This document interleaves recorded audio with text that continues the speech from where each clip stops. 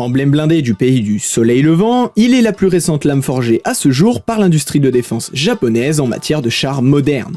Pour certains surcotés et pour d'autres précurseurs, je parle bien évidemment du Hitomarushiki Seisha, plus connu sous le nom de Type 10.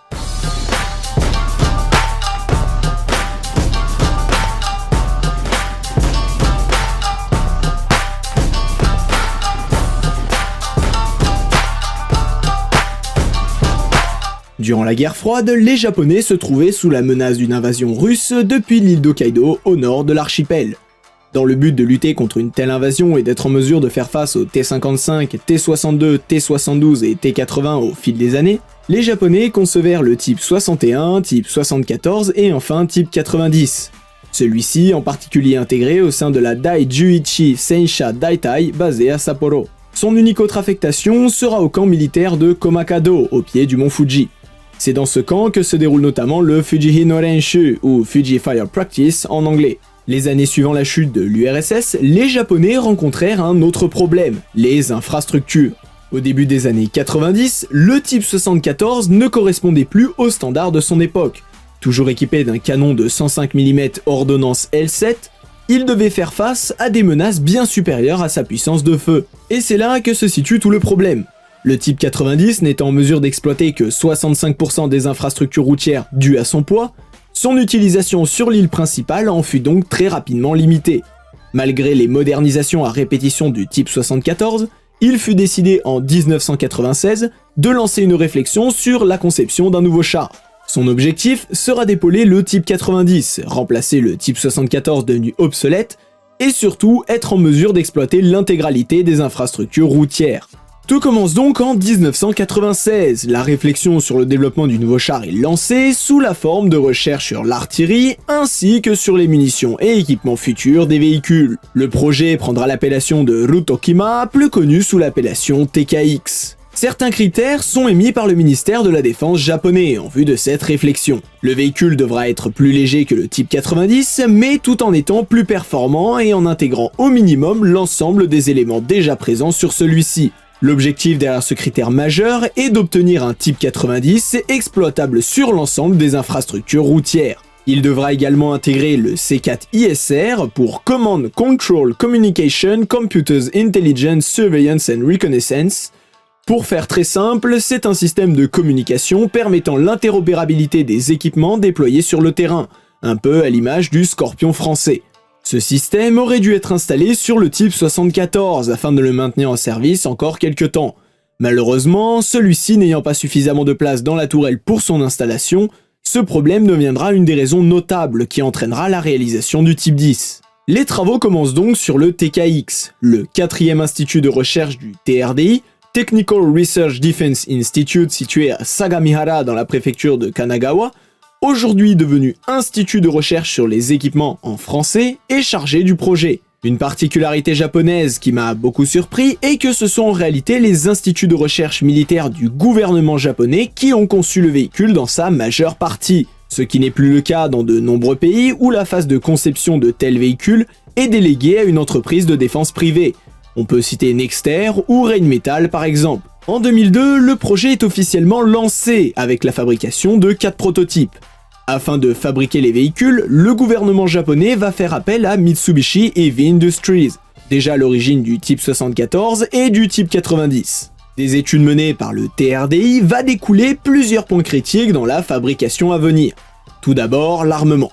Dans un premier temps, il est envisagé d'utiliser le canon de 120 mm à âme lisse manufacturé par Nippon Steel Works. Lors des essais, celui-ci démontre des performances supérieures au Rheinmetall de 120 mm. Le problème est le coût de fabrication, bien supérieur à celui du canon allemand, c'est ce qui causera sa perte et son abandon. L'armement retenu sera donc pratiquement identique à celui présent sur le type 90, soit un Rheinmetall 44 calibre, modifié et de manufacture japonaise, produit par Japan Steel Works. Ayant acquis de l'expérience dans ce domaine, JSW décida pour le Type 10 de concevoir leur propre canon, en se basant sur le canon allemand, entraînant plusieurs modifications.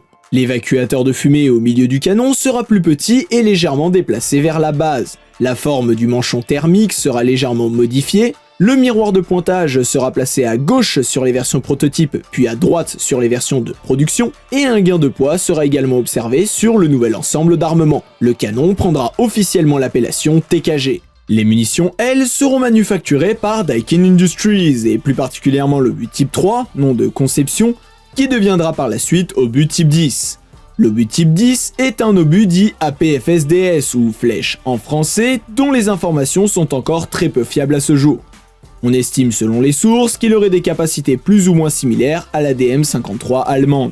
Les munitions seront stockées dans le char à la façon des occidentaux, avec un emplacement de stockage à l'avant droit de la caisse, et un chargeur automatique de 14 coups repris du type 90 et modifié pour le type 10 en nuque de tourelle. Ce chargeur automatique permet de maintenir à 3 le nombre de personnel dans le véhicule, le duo Hunter-Killer en tourelle. Pour accompagner cet ensemble, un FCS ou Fire Control System centré autour d'un ordinateur de bord permettra d'effectuer des tirs en mouvement et ce avec précision, de jour comme de nuit. Pour cela, le chef de char et le tireur disposeront tous deux d'une optique stabilisée 2 axes, dotée d'un canal jour-nuit thermique et d'un télémètre laser YAG pour Yttrium and Aluminium Grenade. Le commandant sera également en capacité de prendre le contrôle de la tourelle et de l'armement si besoin. On retrouvera même un morceau de France au sein du type 10 puisque le capteur météorologique Mestman sera fabriqué par Thales. Enfin, en armement anti-infanterie, il sera doté en coaxial d'une mitrailleuse type 74 de calibre 7,62 mm, fabriquée par Sumitomo Heavy Industries sous licence, ainsi qu'une mitrailleuse lourde M2 de calibre 12,7 mm, identique à celle présente sur le type 90. L'ensemble des essais en lien avec l'armement seront réalisés entre 1998 et 2000. Maintenant, en matière de blindage, eh bien, il sera également un élément déterminant du type 10, puisque c'est sur ce point où la majorité du poids va être gagnée. Paradoxalement, c'est également à partir de ce moment-là où il devient pour moi difficile d'expliquer simplement. Fortement inspiré des véhicules occidentaux dans sa forme, son blindage sera entièrement modulaire, sous forme de caissons amovibles, attachables et détachables, similaires au Leclerc Tropical ou au Merkava. Ces caissons permettent à la fois la création d'un blindage espacé tout en transportant le matériel de bord. Ce type de blindage a l'avantage d'être redoutablement efficace en combat urbain pour lutter contre les armements anti-chars et notamment les RPG. Existant sous 3 configurations de blindage, la première à vide, la seconde en ordre de combat et une troisième que nous allons aborder un peu plus tard dans la vidéo.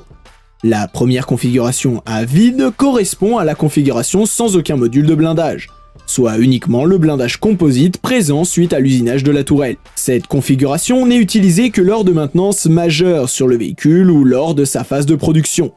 La masse totale du véhicule dans cette configuration n'est que de 40 tonnes. La seconde configuration voit l'installation des modules de blindage dans leur configuration classique.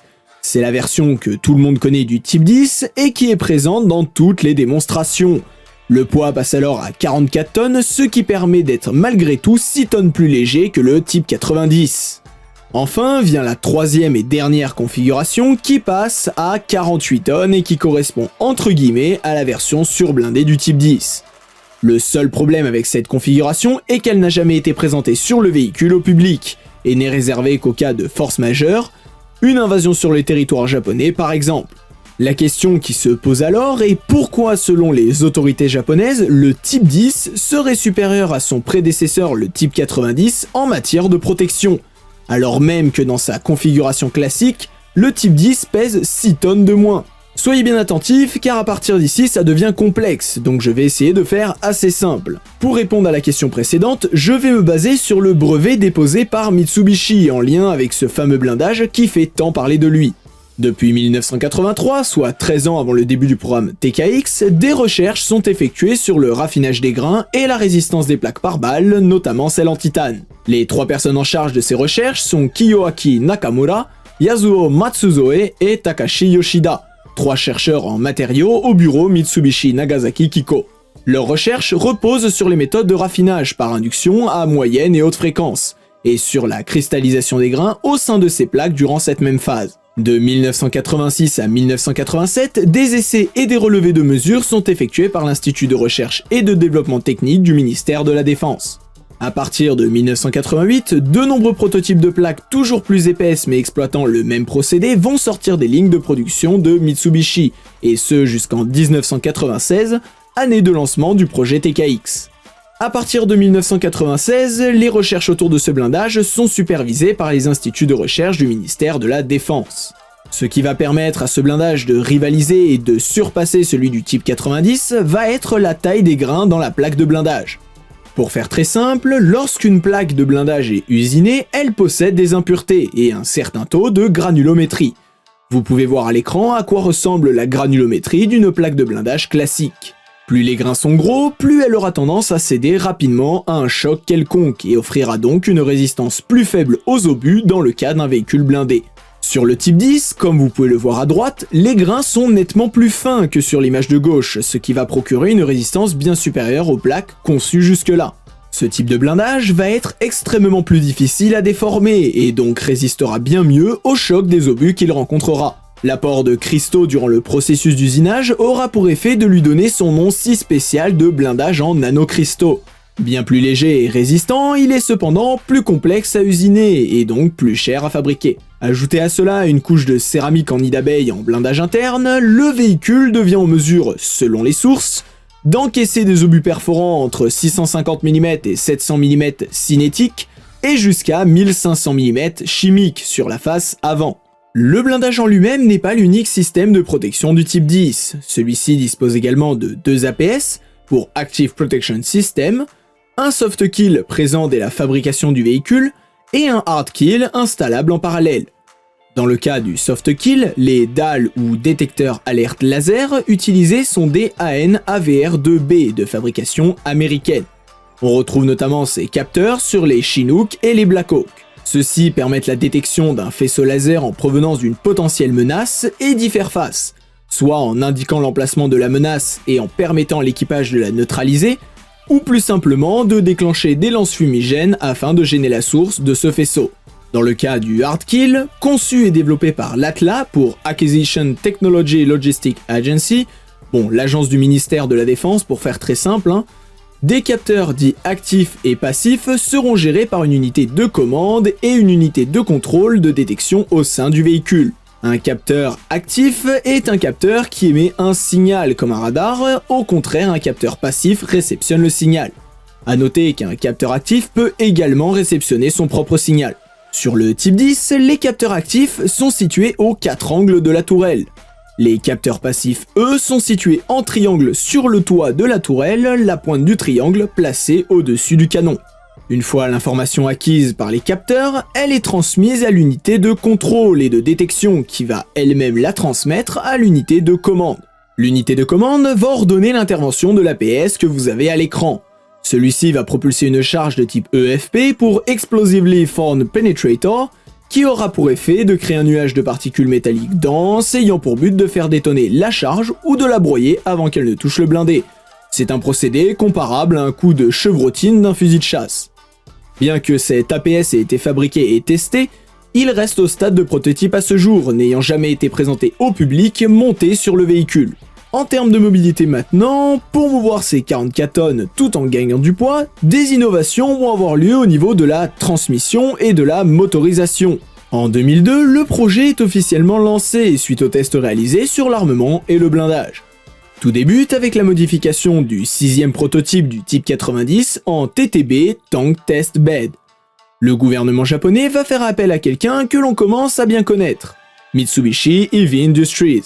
Ils seront en charge de réaliser la fabrication des véhicules et également les essais de ceux-ci.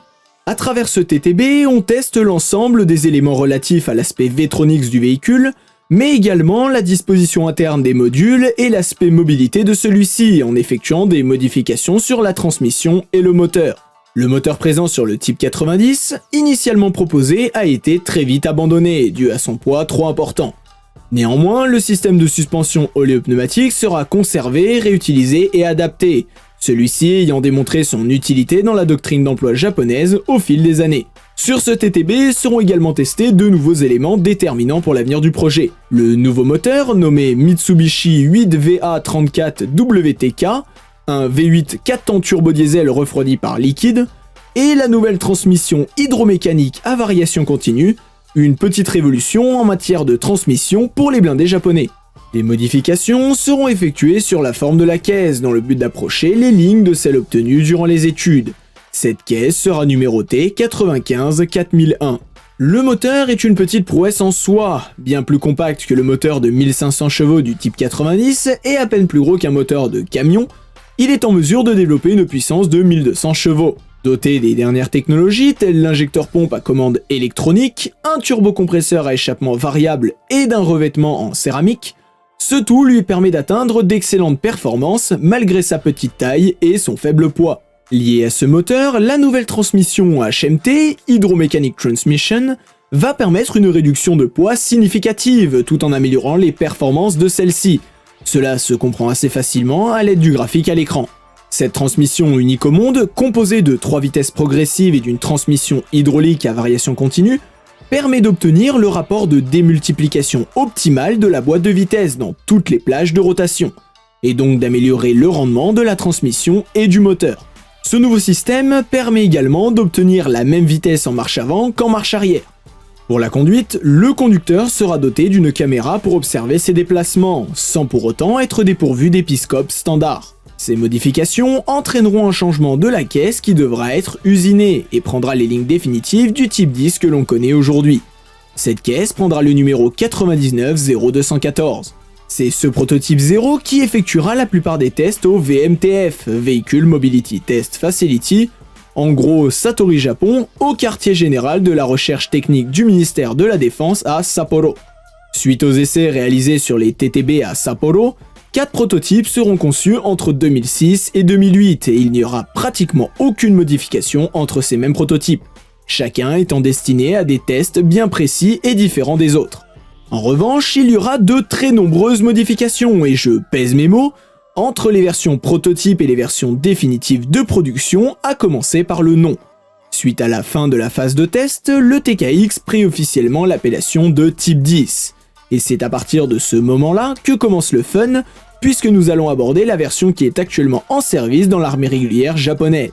Dans la pratique, l'ensemble des changements seront pour certains majeurs, mais pour la plupart mineurs. Pour reprendre l'ordre précédemment utilisé, au niveau de l'armement, aucun changement. Le canon ainsi que les munitions, en passant par le système de rechargement, restent identiques en tout point. Les optiques de tir et d'observation sont également identiques, mais des modifications esthétiques sont apportées au niveau du capot VTI de l'optique tireur. Le blindage, lui, fera partie des modifications dites majeures.